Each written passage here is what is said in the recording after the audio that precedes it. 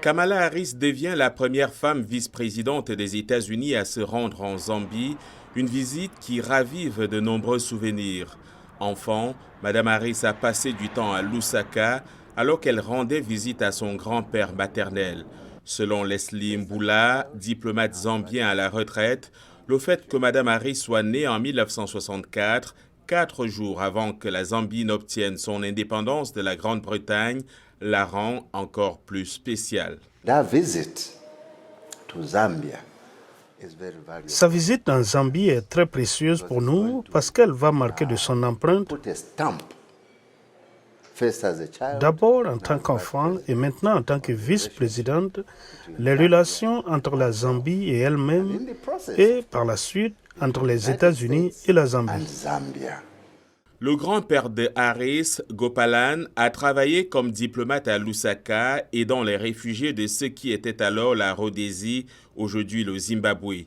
Il a ensuite travaillé comme conseiller du président fondateur de la Zambie, Kenneth Kaunda.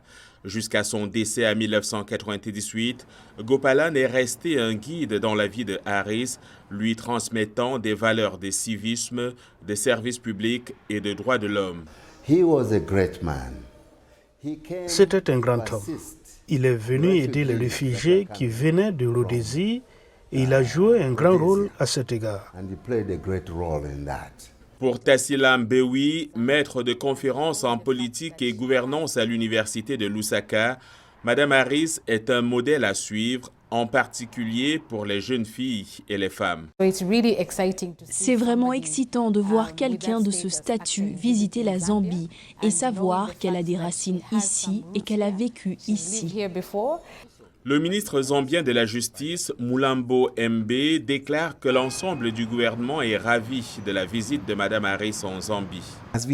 Comme nous le disons dans le sens africain et dans la culture africaine, notre fille revient à la maison. Nous voyons donc cela d'un point de vue sentimental pour commencer, mais je pense aussi que cela souligne l'importance des relations bilatérales entre les États-Unis et la Zambie.